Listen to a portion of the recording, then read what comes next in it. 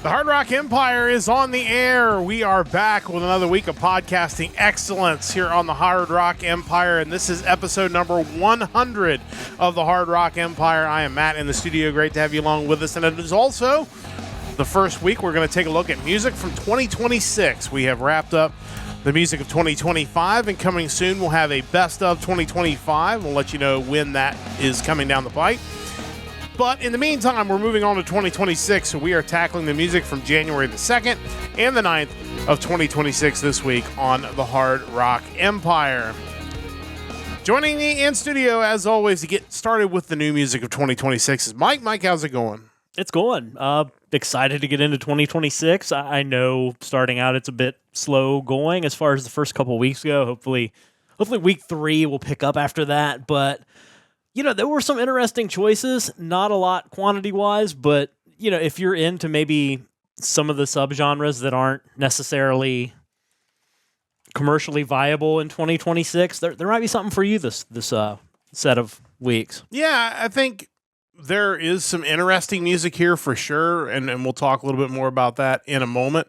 And we're having some internet issues right out of the gate. Good way to start, but it looks like we're rolling again. It seems like there was definitely an interesting, selection of music and some bands that definitely had some interesting sounds for sure. But I think the big thing is trying to get our internet back up and running. That's going to be the big thing. But as we continue to work on that, I think knowing that the first couple weeks of the year was going to be a little bit on the slow side, no surprise to see maybe not the wide range of options this week, but overall I think there's a little bit of something for everybody, but you're going to have to look a little bit this week. There wasn't that one thing that maybe immediately jumped out at you. You kind of had to get a little deeper in some of those albums. Yeah, for sure. And maybe that's by design and for the best, because I think with anything, once you get into that new year, your first thought isn't, hey, what's new? It's kind of more, oh crap, what did I not get into? What did I miss from 2025? Like, what's still in my backlog that I need to check out? And thankfully, because of the slow release schedule, you're kind of afforded that opportunity. Yeah, I think that is a nice way to maybe jump into some bands that you wouldn't otherwise check out. So, unfortunately, due to our internet issues, now I'm going to be due to run another ad on Twitch. So my best laid plans of trying to run the ad before the episode didn't necessarily work out. So we'll be running an ad just a moment before we get to the new music. But just a few things before we do that. Number one, join the Discord. I've pinned it in both of the chats, so you'll definitely get a chance to check that out.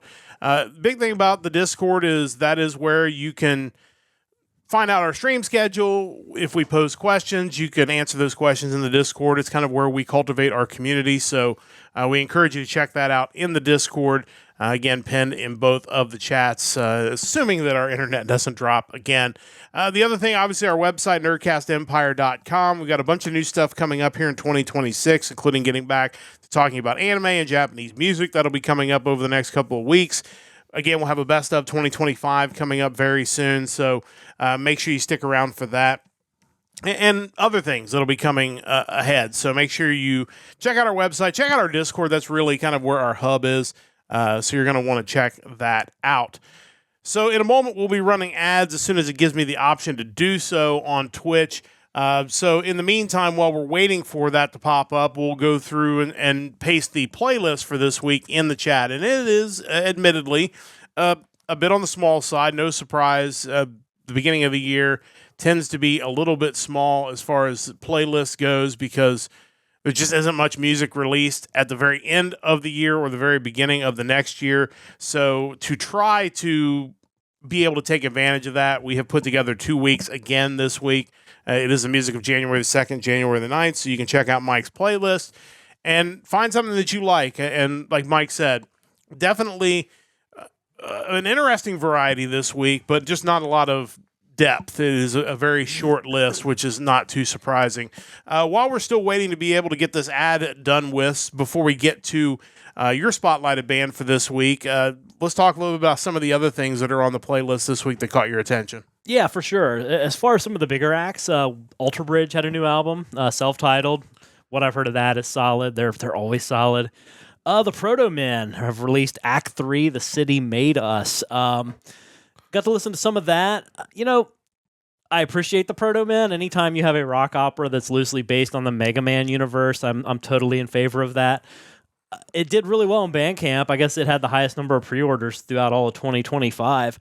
I think for my taste, I still kind of prefer the Megas and their kind of brand of nerdcore, so to speak, that's more just kind of overtly, hey, we're covering the music from this game in our own style, but still really cool and something that I think will grow on me as I listen to more of it. Kind of, if you're into some other styles of hard rock, I think there's stuff out there for you. If you're a fan of like the 90s alternative rock and grunge, there's a band called The Jewelry who released their EP Powder. Band was originally named Kill Girls, and their video on YouTube is actually still under that name, but you can find a video for the song Please Kill Me on there, and has a very Smashing Pumpkins, a little bit of Nirvana thing going on. Maybe not totally my style, but if you're into that kind of stuff, I think it's definitely worth checking out. If that's a little too early for you and you're more into kind of the mid-2000s post-hardcore emo stuff, there's a band Calling All Captains who released their newest album, The Things That I Lost. That was actually a really good album too. Band from Canada, post-hardcore. If you're into that style, do you want to jump back and encounter a band that's still doing it, definitely worth a listen. Yeah, again, a variety out there this week. Yeah. So if you're looking for something maybe a little bit different, I think you'll find something you like this week. But definitely check out the playlist. There's a lot of good stuff on there once again, even though there's not a ton of releases for these 2 weeks. We're going to be able to get that ad out of the way again if you are on Twitch. Stick around. Obviously, if you're subscribed, you won't get the ad. But if you're not subscribed, we're not going to do anything over this break, so please hang around for that, and when we come back, we will get to the new music for this week. So let's go ahead and get that ad out of the way once again, as we are working to do that, and it should pop up any second now. So yeah, and it'll be interesting to see how quickly the volume of music picks back up. I think, if I remember at the beginning of last year, certainly by the time we got to February, that volume had kind of come back to a little more of a normal run, but just nobody wants to release music around the end of the year or the beginning of the year. So it's number one, it's actually a good time to release something because we got the chance to spotlight some bands that maybe otherwise would have maybe flown under the radar. I don't know if it's just a decision that typically people, maybe their purse strings are a little tighter beginning of January. They just got through the holidays, maybe not as willing to spend money. So maybe we hold off and release our new album in February or March, or maybe it's just a workload management thing where you don't want to rush to get an album out around the holidays. I don't know, but yeah, I imagine the next few weeks it'll level back off to something we're used to. And of course, we'll be back with you again next Sunday night for another episode of the Hard Rock Empire. The plan is to have the music of January the 16th coming up next week, so we look forward to that. So make sure you check out. You can find us on Twitch. You can find us on YouTube. Of course, we have the VOD both on Twitch and on YouTube. YouTube VODs stay up. Twitch VODs, I think, last about a month, and then they drop off. So if you want to check previous episodes of the Hard Rock Empire, you can do that. They are all on YouTube and mostly uncensored. There every so often something will get held up, but for the most part, the stuff gets through pretty cleanly. So our ad is done. Hopefully, we won't have any more internet interruptions, so I don't have to run another surprise ad. Best laid plans, as they say. But it's time to get to the new music again. We're talking the music of January the 2nd and January the 9th, and starting late last year and carrying over into this year, Mike and I will each spotlight one band and their new release that you'll want to check out. And I think we've picked two really good bands that, again, may have flown under the radar other weeks, but this is a really good week to spotlight these releases. So, Mike, I will let you get started first. What do you have for us this week? Yeah, it's wild given how few releases I had actually curated the list down to, yet we still had so many varieties of music to pick from. For my pick, we are heading to Austria for a thrash metal band, their second full-length album. First one came out in 2016. Band started in 2011. They are Wildhunt, and the album is Aletheia. Yeah, this was good. Again, something different. Not necessarily always a sound that you hear a lot of, but I thought they really did it well, and excited to hear you talk about it. Yeah, these guys, like I mentioned, started back in 2011.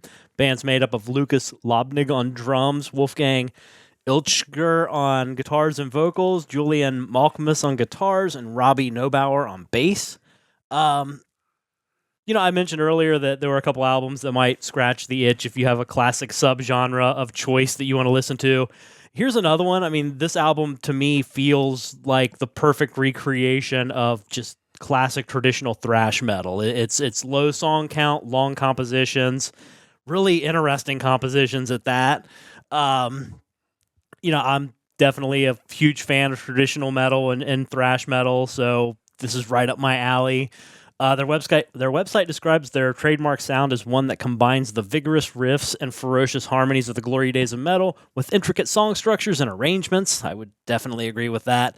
Their Bandcamp kind of reiterates that mission statement, creating a mix of detail-loving, energetic metal and epic song structures. The thing is, there are some longer songs on here, but man, the intricacies of the riffs and the melodies keep it interesting throughout. Like it's not a casual listen. Like you kind of need to be there for it, but it doesn't become boring. It is engrossing the more you listen to it. Gage J. Tolan from the New Wave of Traditional Heavy Metal.com gave it his first 10 out of 10 album of the year. Wow. Yeah, and I totally get it. Like I said, the more listens I give it, the more I'm enjoying it. As far as standout tracks go, there's only 7 of them. And honestly, I don't think there's really a drop-off on the album, so I would listen to the whole thing. I would start from the beginning, obviously. The first track, it's like a 3.5-minute long introduction.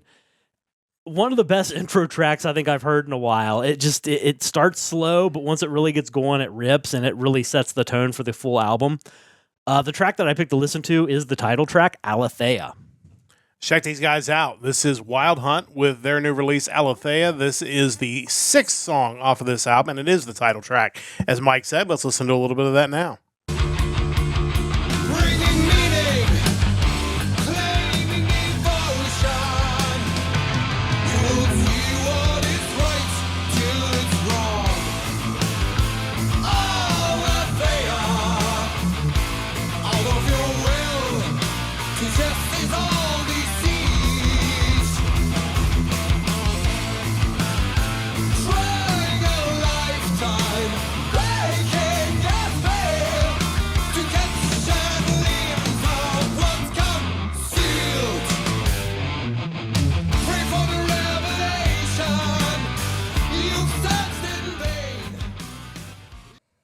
Yeah, overall, they've got a really good sound. It's a kind of a throwback, but doesn't sound dated.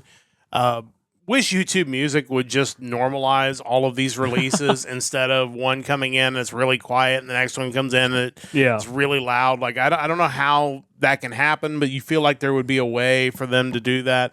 But yeah, this is really good, and I think as far as this style of music, I think. To do it well, you have to be able to take something like this and make it your own and not make it sound like you're ripping off maybe some of the influences you have. And these guys have their own sound, and because of that, it sounds great. And overall, I think they've gotten the year off to a really good start. Yeah, absolutely. They still have a few copies left of their purple vinyl on their Bandcamp, so you might want to check that out. Looks like a little more of the black vinyl, but they're definitely pushing physical, which is great too, but it's definitely something worth owning, I would say. Yeah, definitely check those guys out. Wildhunt, their new album out as of January the 2nd/9th, our 2-week release schedule this week, but good stuff from them.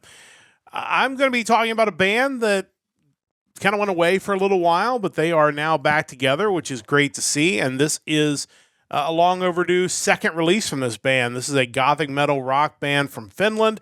This is For My Pain with their new release, Buried Blue. These guys, as we talk, this happens a lot on this podcast where we come across these bands that went for a while and they went away for a while and came back. These guys were formed in 1999. They reactivated in 2023 after going inactive in 2005, and this is their second full-length album. The first one was in 2003, so their fans have been waiting for a long time for this.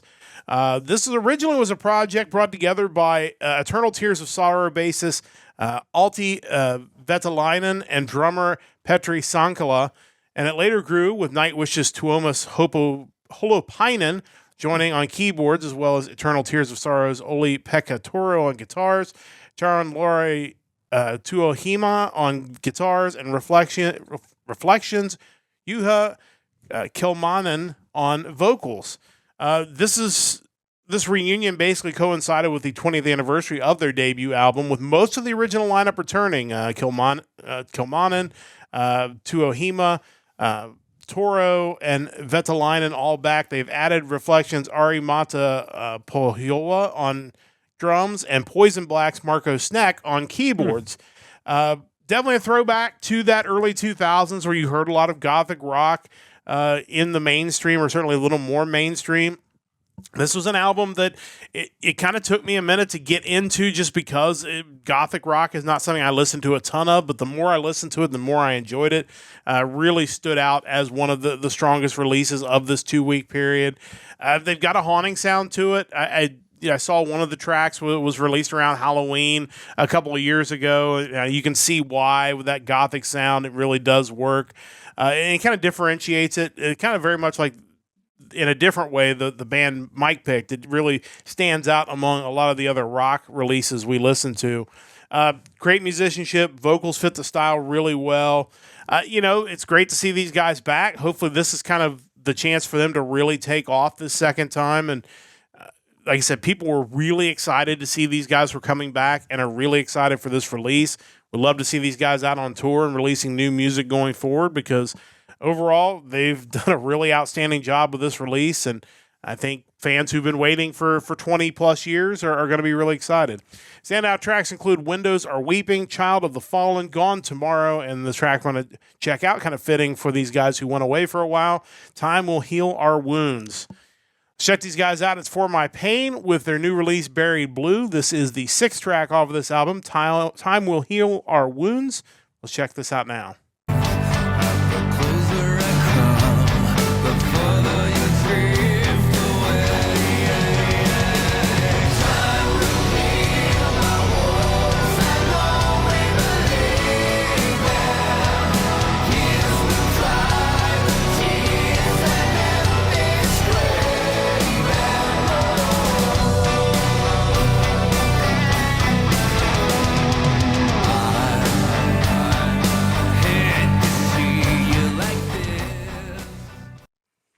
When I hear this song and tracks off of this feels like a group that could tour as a support act of a band like Ghost, where you have that basically thematic, gothic, dark themes there, but very melodic at the same time. It's not on the far end of that spectrum. The music is really good, so that's why I thought this really stood out and was definitely one of the strongest releases of this 2-week period. Mike, your thoughts on these guys? Yeah, I thought this was a really good album as well.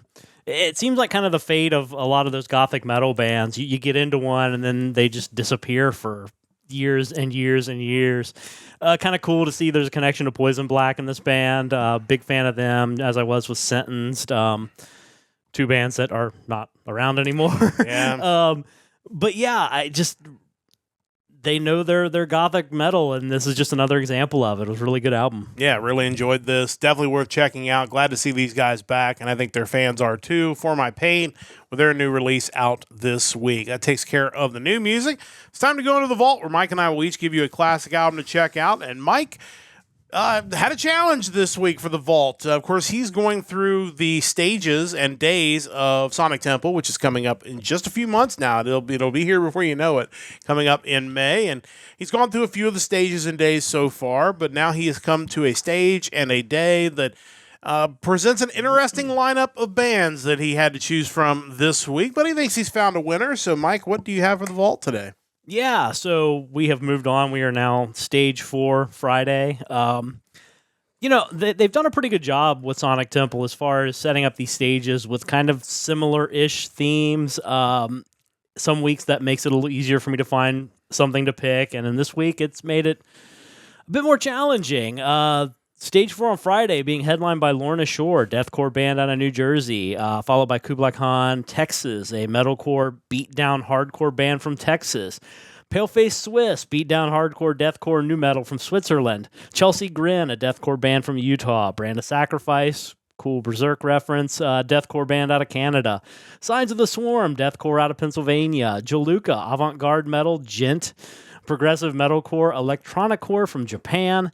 Not Enough Space, a metalcore, hard rock, post-hardcore band. And Left on Red, a metalcore band out of Missouri. I'm not a deathcore guy. I've said that before on this podcast. Still holds true. Beatdown hardcore, probably not also my style. I'm definitely more into the melodic side of metal. Give me heavy instrumentation, but give me something melodic on the other end. That being said, just looking at the options, I kind of went with the one that sounded the most interesting to me. With that in mind, we are headed to Japan to check out the band Jiluka. We are looking today at their 8th studio album, the most recent one from 2021, Idola. These guys are a Japanese visual kei avant-garde metal band. Been around since 2013. There are 3 of the 4 founding members still in the band. The band consists of Rico on vocals, Senna on guitars, backing vocals, and rapping.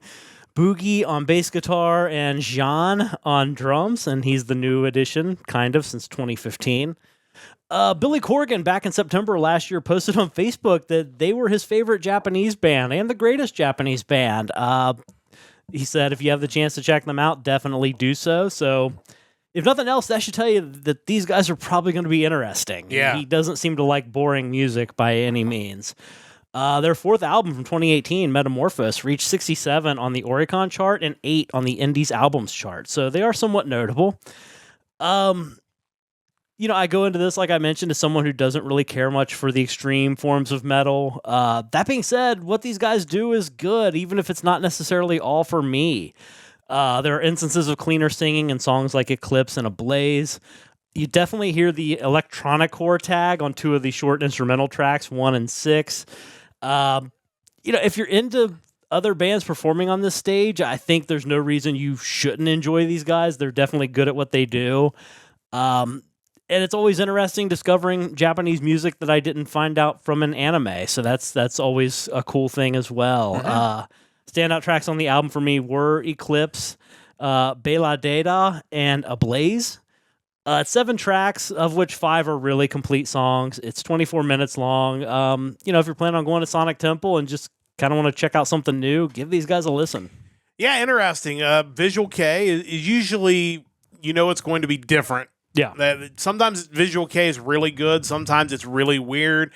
It's almost somewhere in the middle of those 2 spectrums. Avant-garde is usually pretty scary. When a band describes themselves as avant-garde, I've learned over these 100 episodes that often translates into something I'm not going to enjoy.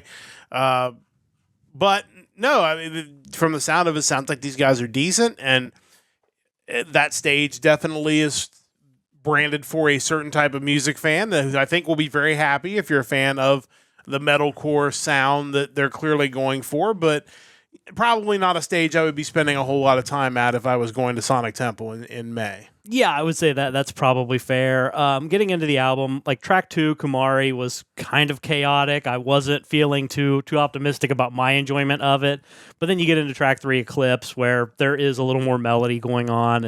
And when they do that, it's definitely up my alley. To me, I would turn that knob a little more toward the melody. And clearly that's not what they're going for. And I can't argue with that, but yeah, if you're into that sort of music, definitely give them a listen. Yeah, if you want to check that out, or if you're just fans of anything Billy Corgan recommends, give them a listen. Wrestling promoter Billy Corgan? Absolutely. Legendary NWA Is he involved promoter. in the music industry? I thought he was a wrestling guy. That's probably a whole nother discussion as to his current involvement in the music industry or in wrestling. But yeah, definitely check these guys out, especially if you are going to Sonic Temple and you're looking for something interesting. So definitely interesting, but wish you the best on the next stage you choose for that. So do we have one more trip around the world next week, or did we wrap that up last week? I think I was doing it once more, right? That's what I was thinking. I had to pull my... I can't remember exactly where we're headed next week, but I feel like it was somewhere that was doable. Yeah, that's probably on my other set of notes from the prior episode, if I had to guess. But yeah, stay tuned for next week. Mike's got one more trip around the world as far as his random country generator, so that'll Bad be that coming. I don't remember just offhand. That'll be coming up next week. So we're going to quickly run one more 90-second ad on Twitch, so that'll give Mike time to go pull up his notes. So stay tuned. We'll talk about that during the break, and then we'll come back with my vault pick and wrap up this episode of the Hard Rock Empire number 100. That's right. It took 3 spins. Yes. Got Ivory Coast, followed by Rwanda, and then Egypt. So Egypt should be interesting. I think. Egypt will probably be doable. So, we didn't plan on spending a lot of time on the fact this is the 100th episode of the Hard Rock Empire because we just did a 200th episode look back on the overall podcast. Bunch of numbers. 100 episodes is a lot. Like that is, 2 years worth of music basically that we have gone through because we've had some combined weeks and the first episode was like a month's worth or something like that as we were getting started and we've changed the format a few times, but again, I think the one takeaway is there's so much good music out there that if you are someone, and I was this person 2 years ago or whenever we started this particular podcast, I was that person thinking there's just not that much good music out there. There's no bands aren't making good music anymore. If you're that person and you tune into our podcast, I encourage you to dig through it because it turns out there is good music. It's just not going to be spoon-fed to you anymore. And I think that's the biggest crime, really. And I know I mentioned it last week as far as the 24/7 music MTV channels disappearing. There's so much variety out there that I think it's just not getting to the people it needs to get to well enough. And clearly people weren't watching those music channels or they wouldn't go away. But there's got to be a vehicle for that, and I still don't know what that is. I feel like satellite radio is still kind of missing some key components. There's tons of channels there, but you're still not touching all the bases somehow. Yeah, there's definitely a gap there, and we're doing our best to at least fill a little bit of that gap here with this podcast. So we appreciate everybody who tunes us in, whether it's live or on the VOD. And with that commercial break wrapped up, it is time to get into the vault for me. And I am getting close to the end of going through all the Frontiers bands letter by letter. We're basically going through spending 2 weeks on each letter and checking out some Frontiers labeled bands. And if they are bands who maybe had releases that were not on Frontiers, I've tried to keep this to just Frontiers releases, which explains the choices for this week because we are going to check out the band Warrant. Now, Warrant obviously did a lot of stuff pre-Frontiers even existing.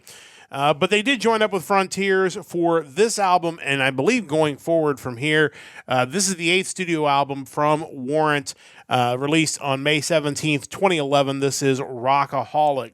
This is the first album to feature the band's third lead singer, Robert Mason, was formerly of Lynch Mob, who replaced Janie Lane in 2008. Of course, Janie Lane sadly passed away 3 years after that.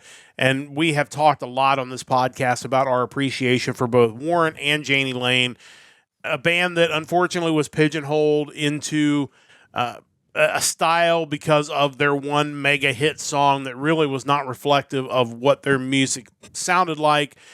It's absolutely a band, and we'll say it again here because we have the opportunity that you absolutely should dig into their catalog because they have so much good music. But this is something obviously a little bit later on. Lane had returned to the band in 2008 for a reunion tour, but by the end of the year, he had parted ways with the band for a second time. Of course, Lane replaced the former lead singer, Jamie St. James, who performed lead vocals on the band's last album, Born Again, and who initially replaced Lane in 2004. So kind of a shuffling of lead singers in there. Robert Mason is still with Warrant, so if you go see Warrant nowadays, he's there, and he's continued on basically from this point as the band's lead singer. In fact, the entire lineup I'm going to list to you that was on this album in 2011 is the exact same lineup they're touring with today. So Robert Mason on lead vocals, Joey Allen on lead guitar and backing vocals, Eric Turner on rhythm guitar and backing vocals, Jerry Dixon on bass and backing vocals, and Stephen Sweet on drums and backing vocals. This album did well in 2011. It reached number 22 on the Billboard U.S. Top Hard Rock Albums. A couple of singles off this album, Life's a Song and Home. It should have done well because it's a good album. Obviously, Robert Mason's sound as a lead singer is different from Janie Lane. Janie Lane was a unique and gifted and talented lead singer, so nobody was going to be able to come in and replicate exactly what he was doing. But Robert Mason is a great vocalist and has done a really good job with this album. The deluxe edition of this includes re-records of Cherry Pie and Down Boys. Robert Mason singing on both. Did a good job with both. obviously, I'm sure it was a thought that, he's singing them in concert. Might as well have him sing a recorded version of them as well. He does a good job. Obviously, Janie Lane's versions will always stand out on those, but overall, it was really good. It was a good album. I'm not surprised. Warrant's really talented, but it's good to see they were still making good music even this far into their career. Standout tracks include Innocence Gone, Home, What Love Can Do, and Life's a Song. I do kind of want to check out maybe the remainder of their recent releases after this, because overall this was really good. And again, I'm not too surprised by that because, obviously Janie Lane was incredibly talented, but the rest of the band really talented as well. And adding in Robert Mason certainly wasn't going to hurt that at all. But, again, Warrant, just a tremendous band that, obviously Cherry Pie did them a disservice, but they just have so many great songs from over the years. Yeah, it's funny to me because, it's easy for people to kind of crap on Cherry Pie, but when you consider how quickly that song was thrown together, and as far as like pop sensibility goes, it's actually a really good song. 100%. But you then dig into their albums, even the earlier Janie Lane stuff, those are great albums. Like the hits, I mean, I would put Uncle Tom's Cabin up there with any of their songs, but as far as like just the songs that weren't hits, there are some tremendous songs in their catalog, and certainly not surprised when you have that same core of the band, regardless of the lead singer, that you're still going to get a really good product. I think it is kind of worth mentioning, too, how you mentioned Jamie St. James took over for vocals there briefly. When he left, he actually got back together with the reunited Black and Blue, and that's where he is now. So he was obviously kind of a ringer as far as bringing him in at that time as well, and another great band. Yeah, that's a good point. And that really probably should also tell people like how talented Warrant was as a band, that they were able to attract two tremendous lead singers when things didn't work out with Janie Lane, and obviously he was going through a lot, which obviously kind of led to his passing. But tremendous band. Like Mike said, even the non-hits were amazing songs, so you should definitely go back and check their catalog out, and I'd love to revisit more of their recent stuff that they've gone on to do, and they're still out there. So if you get the chance, go see them live and support live music. Next week, I am going to be checking out the band Wigwam. Good band. A good band from Norway. They had released 3 albums prior to them joining up with Frontiers in 2012, and have since released 3 albums with Frontiers Records. So we're going to be checking out Wigwam coming up next week on the podcast. Excited to check them out. There's something, saw their name on there. Okay, that's a band that I'd like to hear a little bit more from, so we will check them out next week. But that is going to wrap things up on this edition of the Hard Rock Empire. Appreciate you joining us once again to get 2026 started off right. We'll be back with you again next week, 7 o'clock, Sunday night, Eastern Time. We're going to be talking about the music of January the 16th, certainly hoping that the volume of music will start to pick up, and we'll have some interesting things for you coming up next week. And again, join our Discord. That's where all our big announcements are going to happen. Encourage you to jump in there, and we'll be spreading some news about new stuff coming down the road here over the next few weeks. Big thanks to Mike for all of his hard work on the podcast. Big thanks to Chris, who couldn't be here tonight, but certainly wish him and his family the best right now with everything they're going through. He'll be back with us soon, no doubt about that. Big thanks to Stoveleg Media for their continued support of the podcast, and a big thanks to you for listening whenever and wherever you listen to our podcast. That's going to wrap things up for the entire crew. I'm Matt saying so long. Don't forget to join the Empire, the Hard Rock Empire.